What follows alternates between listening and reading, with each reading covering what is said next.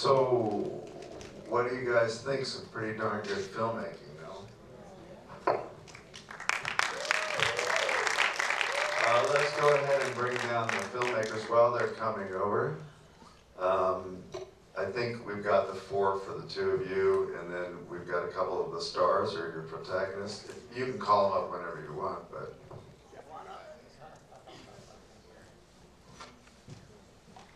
See, now we're recognizing them. Isn't that pretty cool, huh?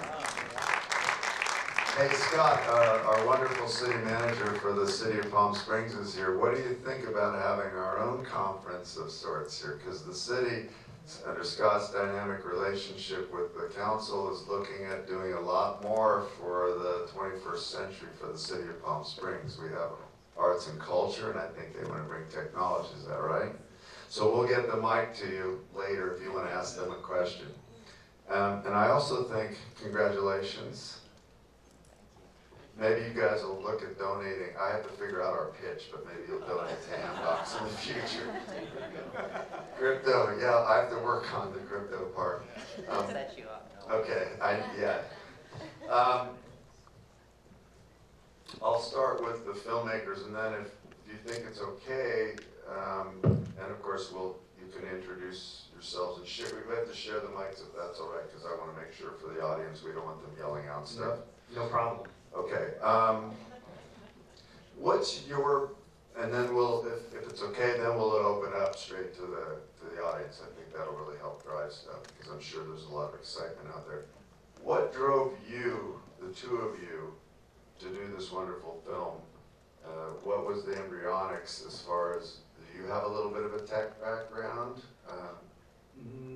No tech background per se, but before we answer, I want to just take a quick moment and thank you and AmDocs for premiering our film here this evening. We really appreciate it. It's been a pleasure to have you on the screen. Thank you so much.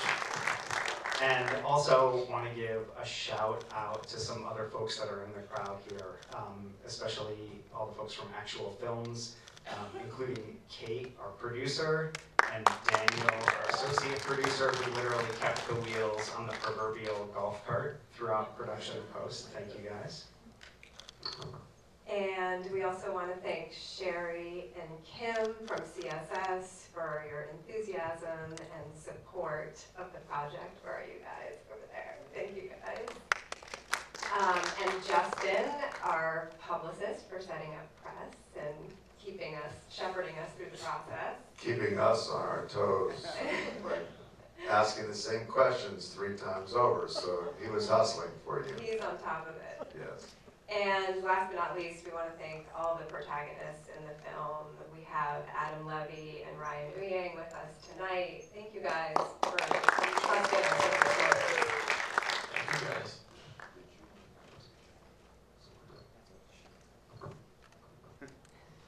So the question is, do we have a tech background? Or the motivation. Yeah, I mean, well, Alyssa and I live in San Francisco, and it's hard not to just be infused with technology, by technology, living, kind of like in the heart of everything that's going on there. So we, had heard about crypto, we'd heard about Web3, but we didn't know much about it. And frankly, that was one of the really interesting motivators for us, was to really dig into the personal stories of these amazing coders and developers and founders that were working in this really creative and unique space, kind of developing the future of the internet. That was really, really intriguing for us. Yeah, and before I hand it off to questions, hopefully there's questions out there. This process with the film, which had been submitted to us, got a little tricky because I think maybe you're waiting for other invitations to other festivals, and it absolutely deserves to premiere everywhere. I'm not a premiere whore because I want the filmmakers to be successful, but Kate really worked hard on this with us, and congratulations, you deserve everything. It's a winner. So thank you. Really just like your protagonists are winners, the film reflects that. So if you guys are patient, we have a mic on that side. Maybe if it's okay, we'll alternate based on center sort of divider. And I'll give the mic here to John. So any questions, please raise your hands. And or comments, that's fine. So you can go over and get him first.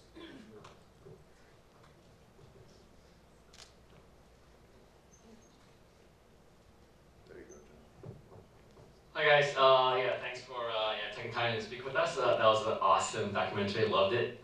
Got a question for Adam and for Chris. So first one for Adam. What made you and your partner choose New York City, I guess, to settle down and continue your business? A16Z is in New York City, a lot of the crypto communities in New York, so it kind of felt right. I always wanted to be in New York too. I applied to NYU, didn't get in, so kind of felt like the right time after CSX. Great, thanks Adam. And a question for Chris.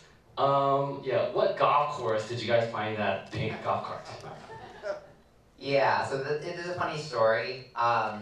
We couldn't really find any like public course that would let us film, or the sort of private golf course that Chris is a member at, and so that's actually the backyard of someone that A16Z sourced for us. Very nice house and very nice course. Great course for my first time golfing. So yeah, thank you to Sherry and Kim and A16Z folk for that one. All right, it looks like your golf game is coming along, Ryan. It's nice work. Whew, trying my best. Thanks, Ryan, and thanks, Adam. Hi, there's a Prada store in the middle of nowhere. What's that about? Yeah, that's it's called Prada Marfa. I think it was created, in 2005 by some Scandinavian artists. I'm not actually sure like what the theme of that artwork is, but it's about like 45 minutes away from Marfa, and Marfa itself is like 3 hours away from the nearest airport in El Paso, so it's like in the middle of nowhere, this symbol of like ridiculous luxury, which we just thought was fascinating. Yeah, it's an art installation, as Brian said, that is a commentary on art and capitalism. And when we were at the Art Blocks conference, we thought it would be fun to visit because of Ryan having mentioned Prada earlier in our talking to him. So it's kind of a fun excursion.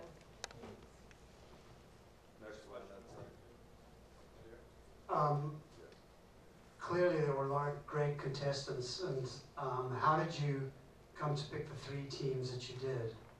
What was the process for that? Yeah, so there were 8,000 applicants and 26 teams were selected. And because we were working in this highly complex technology space, we were really looking for a couple things, but primarily we were looking for people who were enthusiastic to be filmed during this really intense 3-month incubator, like people who would be open to that with all of the other pressures that they were experiencing. And these guys and others were, and we were really grateful for that. But also we were looking for teams who were kind of solving real world problems that a general audience we felt could understand and kind of use that as a way into understanding this technology.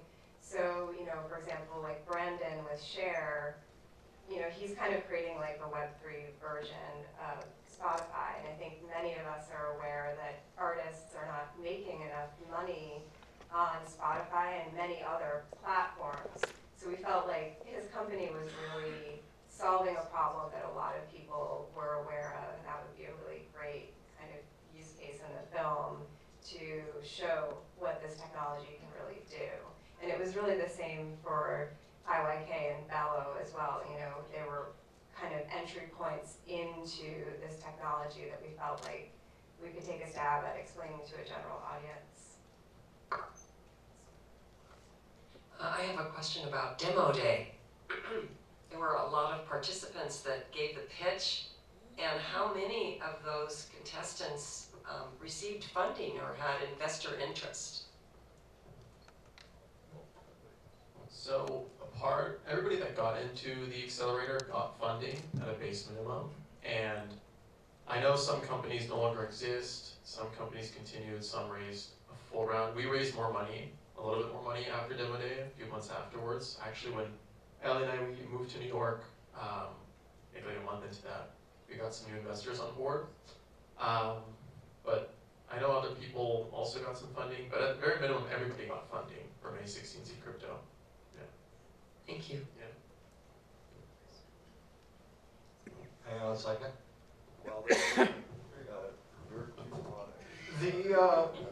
First of all, congratulations to you all.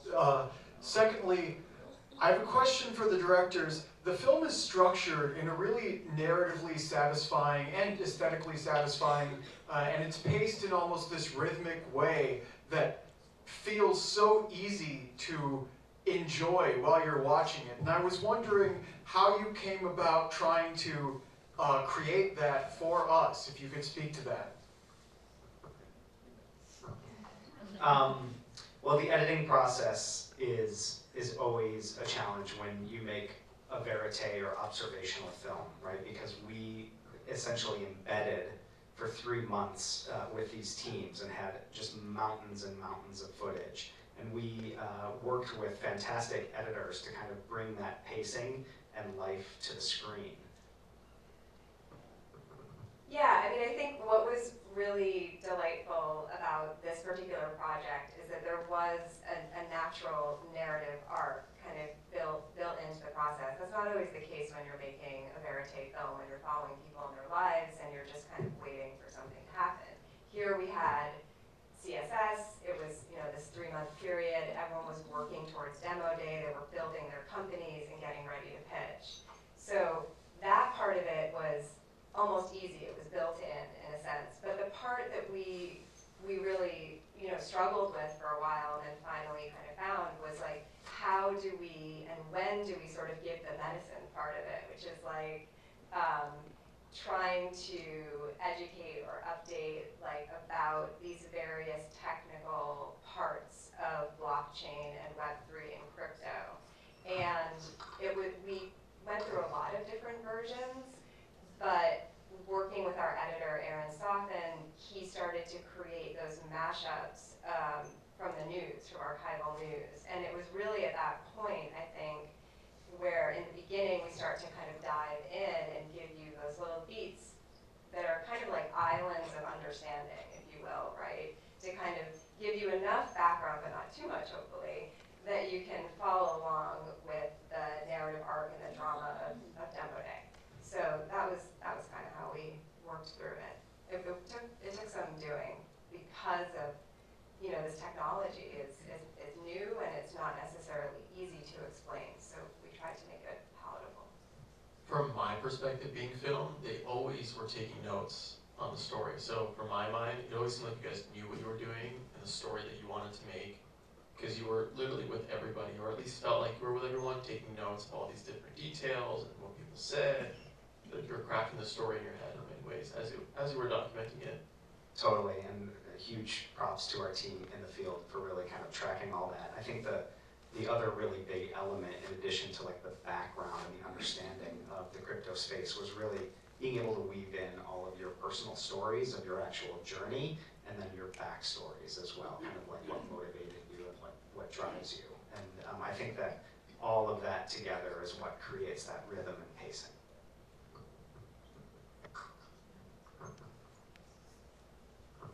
And did you leave an NFT in that lock, Martha? Not an NFT in this case, but at the time, yeah, I think that was maybe 4 or 5 months before the public launch of our platform. And so, I don't know if anyone found it, but we also didn't tell anyone about it. So you really had to know there was a chip in there. But if anybody scanned it, they would have gotten something. That's right, they would have gotten essentially access to the working version of the platform as it was, like that early raw version that we were kind of deploying and testing at the time. It's fully out now, but at the time, yeah, it would have been a pretty rough cut. And can you update the chip now to have some little Easter egg in there for the film? Yeah, we can.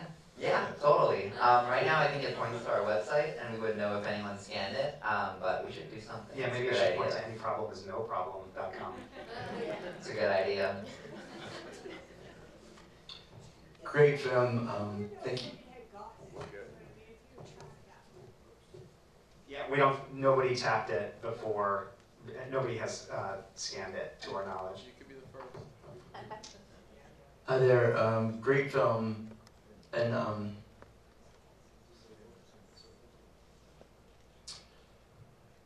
I'm just curious if Ryan's mother hadn't titled the movie, did you have a backup title? And also, did you know that your characters would be so humorous with the golf and the pink golf cart going backwards and being delayed by drinking the milk and doing the yoga out on the patio with a mixed match of characters? And I really enjoyed the film.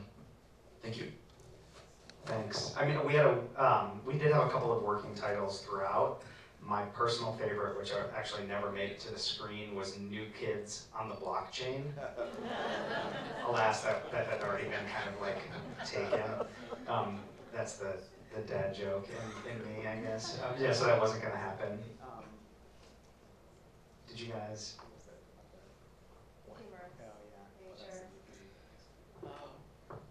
That was just who we were. None of it was, I didn't know you guys would stitch it like that. We really did yoga for the sake of team bonding. But I really think it came down to how you guys stitched the story and built our personalities, our character. Yeah. I think that's really who you are. Yeah, I mean, I feel like it's like very accurate. You know, I think the whole filmmaking crew did a really good job at just being blended into the background of our lives. Like if I'm like frying an egg, like I don't think about anything but frying an egg.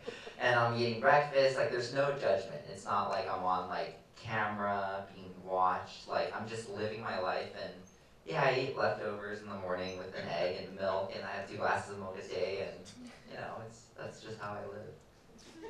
Yeah, and I think, you know, for this film and all the films that we make, you know, we're really curious about people, and this is a story about technology, but people make technology, and so we always want to spend as much time with our participants as we can to really get to know them and bring their real lives and their true spirits, you know, to the screen.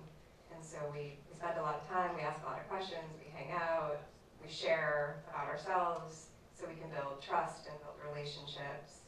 And, you know, we also build that trust by committing to screening the film with our protagonists before we show it publicly so that they feel comfortable and confident about what's going to be on the screen. So yeah, we do all those things to build relationships and trust so that people can be themselves on camera. Very nice. Can I ask you guys just something about NFTs? Is that possible over here? I understand a little bit about NFTs. I have some, you know, a few here and there, some Cardano or some Ethereum. Could you guys bridge that for me? Let me understand how you use NFTs in your business exactly. How does that function, if you don't mind? Yeah, absolutely. So if you, take our product as it is in the film, really what we're trying to do is to help, let's say, a musician understand their live audience, right? Like who owns their merch. So today, they really don't get that knowledge from a company like Spotify. Spotify doesn't tell you who's listening to your songs, and Ticketmaster doesn't tell you who's buying your tickets. But we use NFTs to catalog merch ownership, and because it's on the blockchain, it lives publicly as like available data that they can then index on for any sort of like rewards or super fan experiences. And really the power of having it as an NFT is that even if our business goes away, they still have all the fan data. Like if you're an artist today and Spotify goes down, that's all your listeners gone, right? And you know, with something like a share or an IYK, and if you use Bella to understand your audience, that will never happen to you. Right, thank you. And then for us, very similar pitch, but funny enough, Bella actually doesn't exist anymore. We actually pivoted to a completely different business and a brand new name as well. So even if you go to bella.lol, you might see some stuff, although I think it might redirect you to the new site. And now our entire business is focused on helping the creators whose content that you see on Instagram and TikTok that you scroll through and you like and you share with friends. We work with them to bring that on-chain to crypto and then show them new ways to sell that content and to build an audience around that content. And then for the Cardano or the ETH that's in your wallet, the way that plays a role is that people buy the content with the ETH. So think of it as like a currency in a game, for example, right? So you might spend $1, $2, $3 in doing that, and maybe get some perks in doing so from the creator. Maybe you get access to some communities, special access to them on a FaceTime, different perks that creator may offer in doing so. Yeah. That's a big help. Thanks a lot. Sure. My question is for Ryan in regards to IYK. I was curious if you were able to negotiate down that 20% to the 10% for A16Z, or if that's what you ended up dealing with. A little bit. And then we also, ended up doing a bigger sort of deal around that. So yes, the answer is I think we got it to a place where we felt comfortable with it. And so, as you can see in the film, like I was definitely not the biggest fan of what was presented initially, but we got it to a point around demo day when, both Chris and I were feeling pretty excited about it. I was wondering if you have a chip in your hat or on any other piece of clothing that you're wearing. I do. This is actually the hat from the film, the one that is showcased in New York, and so there's a chip still in it. It still works, and then this jacket also has a chip in it. It's from a nice LA-based brand called Mintage in collaboration with the musician Grimes. There's an exclusive, I think, single on here that's not on Spotify that you can access by tapping my chip. Very cool. Thank you. There's a question over here. I have a comment for Adam and then a question for all of you. I just wanted to tell you that I was nervous watching you practice your pitch, and I just want to congratulate you for keeping going. And obviously you were going to keep going because of what was at stake, but you might be able to influence and inspire other people who are nervous to pitch things by watching you keep going and just complete what you started. So great job. And then I have a question. If I understand correctly, you were all vying for A16Z's money and all the other investors that were coming to the demo day? Yes. So what was it about your company, Ryan, that they preemptively contacted you earlier? Like, I just thought that almost wasn't fair to everybody else. And like, what made yours so much better that they didn't even want to wait to demo day for the other ones? That's giving me a lot of credit. I think, as Ariana says in the film, it is definitely good business on their part to get in there, because then they don't need to compete with the 150 other sort of investors and firms at demo day. Not that we like them, but we also definitely did our own exploration leading up to demo day, talked to a bunch of people, Derek, Solly, some other funds, but ultimately A16Z is truly special and fun for us. And I don't really know, I can't say exactly, I'm not really in their brain about what they saw, but at least I was feeling extremely excited by IYK's potential. I still am today. Zooming back, I think it was just a combination of seeing us every day work really hard at realizing this vision that everyone should know who their fans are, and being able to know your fans as an artist enables you to truly do some special things for them. One really cool thing that a band's doing right now, this heavy metal band Disturbed is going on a worldwide arena tour, and anyone that purchases their merch can actually listen to their new album early. I think despite them being exceptionally talented, really smart, you guys absolutely killed it during the cohort. I think another thing to keep in mind is that every single company that was in the cohort was at a different stage of their existence as well. And I think you guys were already around for 2 years, it's about a year and a half, a year, something like that, right? Some startups in the cohort just got started, right? Or they maybe didn't even have a product yet, or they were working on their product, and demo day was the first instance of showcasing the product.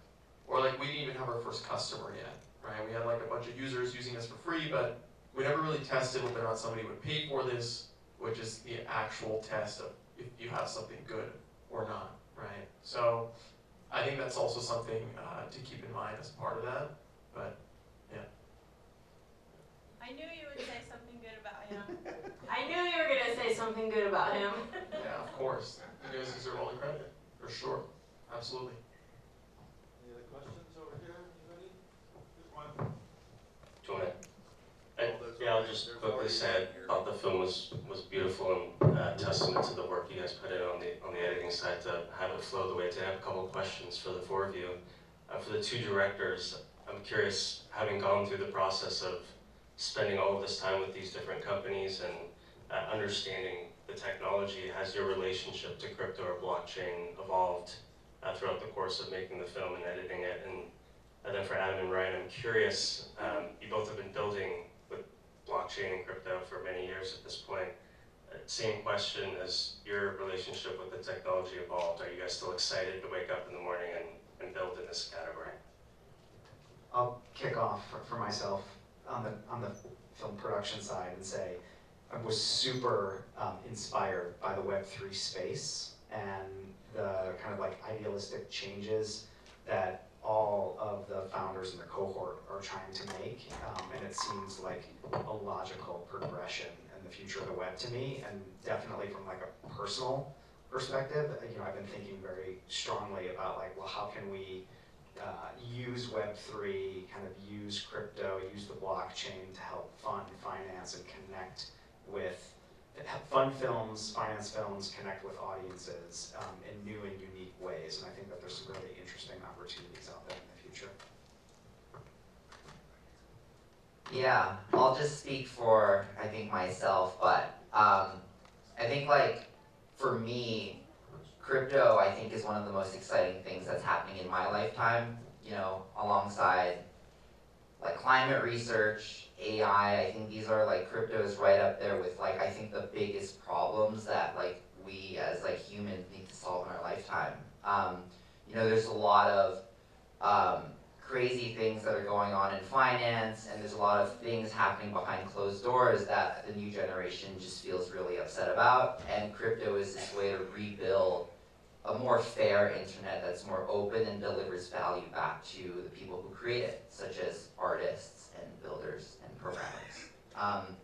I will say, like, one thing that has me very excited is that the tools are getting better and better, and so you might be using crypto without even knowing about it, like especially for things like cross-border payments or something. Like Visa is actually settling a portion of their transactions on Ethereum. And so, even if you as a person might not have a crypto wallet, even if you as a person might not know what it is, businesses are generating, immense value from using blockchain. And even today, if you use the latest version of the IYK product, you sign up with an email like any other, website, but behind the scenes, it's all blockchain and NFTs. I think you asked a really good question. I think about this often, Derek. When I was in college, the thing that got me really excited about crypto was seeing how it was helping musicians, because I've been playing the drums since like 5 years old, and also became utterly obsessed with technology in high school.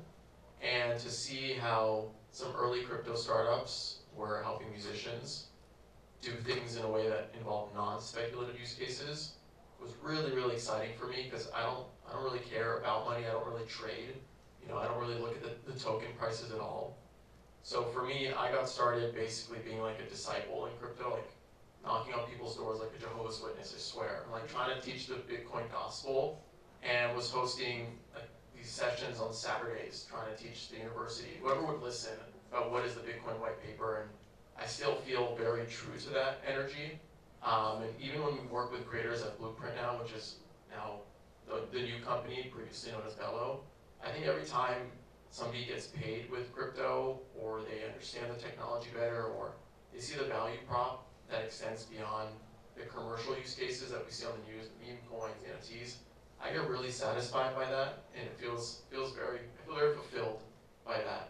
So I think that's what just keeps me going through all these different cycles, and I don't think I'll ever stop, frankly. And I don't know where else I would be without crypto.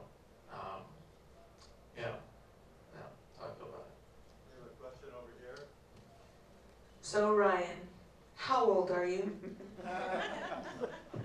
I'm 23 years old now. You sure? Yeah. I had to actually calculate again. But yes, I think I'm 23 years old.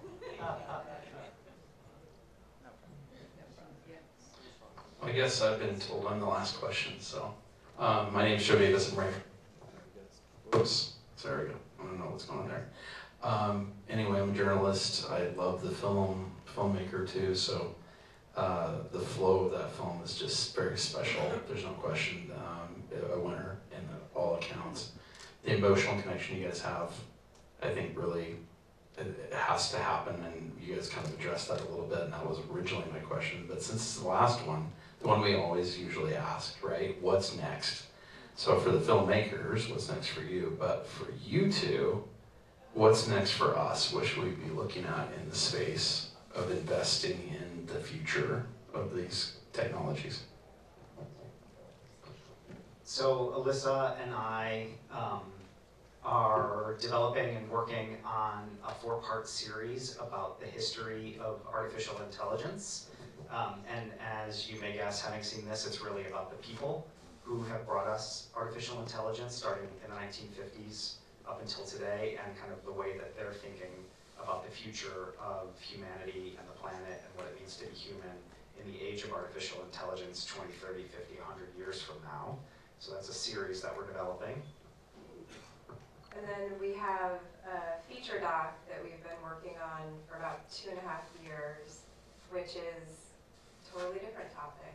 It is a coming-of-age story about a young cowboy in Colorado who's being raised by his grandfather, and he is attempting to go pro as a bull rider in the pro circuit. So we met him when he was 16, he's 18 now, he's just started riding in the pros, and we're not really sure where it's going to end up, so we'll find out. It's called The Kid. For Blueprint side, we're just going to keep building. Right now, we're focused on helping creators go viral on chain and trying to figure out how to bring distribution to their content in ways that they would otherwise get on Instagram or TikTok. So a lot of our experiments and the money that we make today is predicated on bringing distribution to creators' content when we publish in crypto.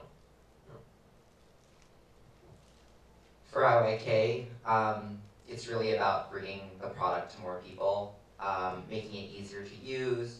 We're adding more features every single week, analytics tools, better marketing tools, better fan experiences, improving, the durability and the accessibility of chips. And so it's just improving, hopefully every single day, how IYK works and how many people use it.